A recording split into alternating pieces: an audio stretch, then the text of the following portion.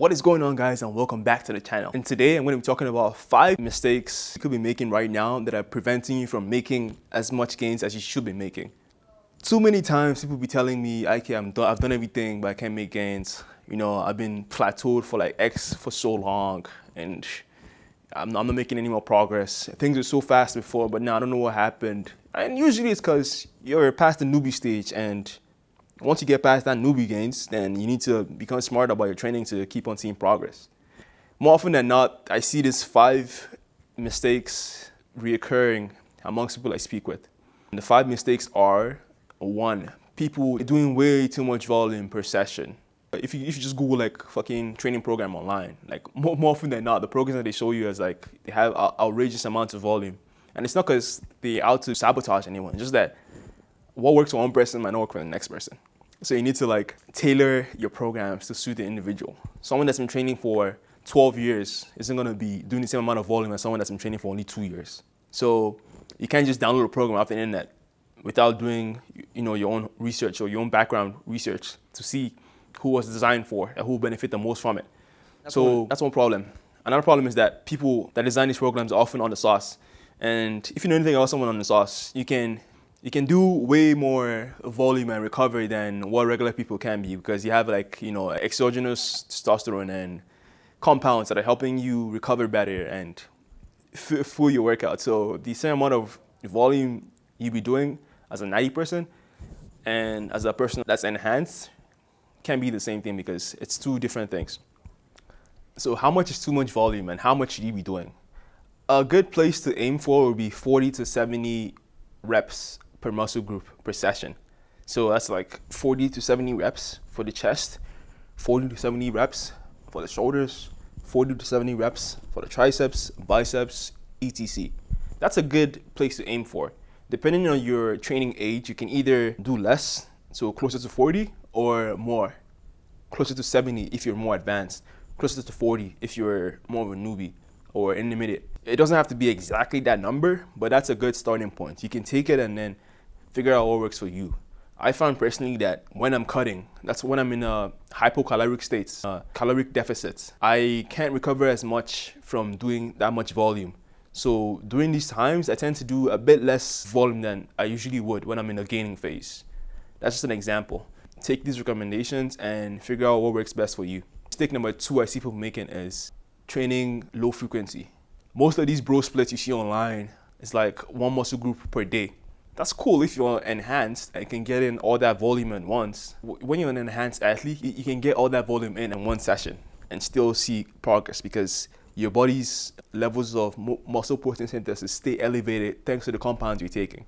However, if you're an unenhanced athlete, then muscle protein synthesis peaks about 36 hours post-workout, and then it starts to taper off 48 hours after a workout. What that means is that if you train chest on Monday, on Tuesday, muscle protein synthesis will be elevated. And then come Wednesday afternoon, it starts to taper off, and then you need to like go in the gym and hit it again if you want to spike it back up. It's the process of building muscle in your body. That's essentially what muscle protein synthesis is. Muscle protein breakdown is breaking down muscle tissues. And when they get broken down, they get rebuilt back up bigger and stronger. So the breakdown process occurs in the gym and post-workout, and the build-up process starts once you leave the gym and over the course of 48 hours post-workout and more. To maximize this effect and get the most bang for your buck over a year-long period, you want to be training frequently, training the same muscle group at least every other day. That way, you maximize muscle protein synthesis. When it starts to taper off, you get back in the gym, hit those muscles again, and then you're back in that building phase, rather than focusing on doing 1 chest workout on Monday and having MPS be elevated Tuesday, Wednesday, and then nothing's happening Thursday, Friday, Saturday, Sunday. So those 4 days are kind of a waste, when you could have hit chest on Monday first time and then hit it again on Thursday, for example. That's an example. The way I like to structure my workouts is I like structuring them as upper-lower splits or push-pull splits. So that way I hit the same muscle group at least twice a week. A good frequency to aim for is 2 to 3 times a week. You can go higher than 3 times a week if you have the time, but optimal range to be in is 2 to 3 times a week. The third major mistake I see people making is not focusing enough on proper nutrition. People, they focus all their attention on lifting heavier weights, doing more reps, doing more volume, and they pay no attention whatsoever, or they pay little to no attention whatsoever to the food intake. Let's like at least 60-40 if you ask me. I think it's even more than that. 60% nutrition, 40% training. When you go in the gym and break down your muscles, you need to have the appropriate building blocks to build back the muscles bigger and stronger. Otherwise, you're just wasting your time and beating up your joints for no reason. You want to pay attention to your nutrition and make sure you're not letting that slide. Because I see people do it way too often, and then they wonder why they're not seeing the results they should be seeing. A mistake number 4 I see people making is not progressing on loads lifted. By that I mean they lift the same weights or the same reps for 12 months, and then they wonder why they're not making any progress. Like, dog, like, you're lifting the same amount of weight, so why should your body respond and make you bigger? It doesn't make any sense, you know?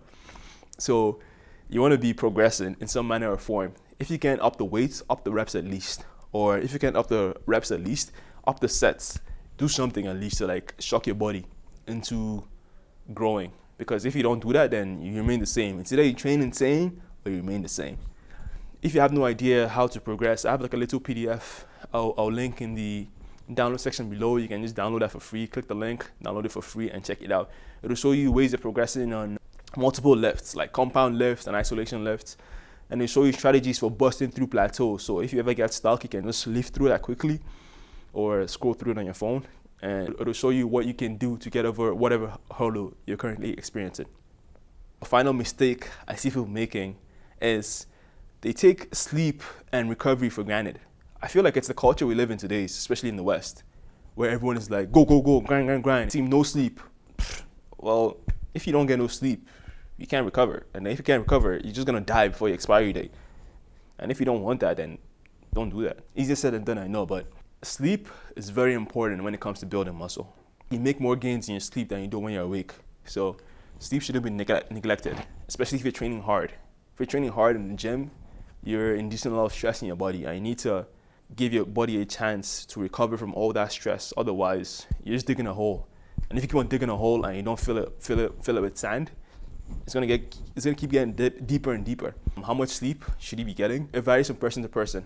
Usually between 6 to 8 hours of sleep is ideal for most people, but yours could vary. It all comes down to like figuring out what works for you and sticking with it. A good way I like to keep track of whether I'm recovered enough is this.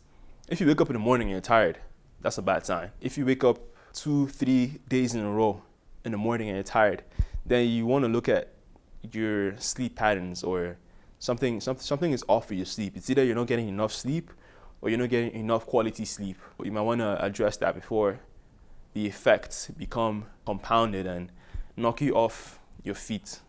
So yeah, those are the 5 biggest mistakes I see people who are trying to put on size make. Hopefully now you know the mistakes. You won't be one of those people that make the mistakes, and you can get all the gains you deserve. All right, until next time, guys. Catch you guys later.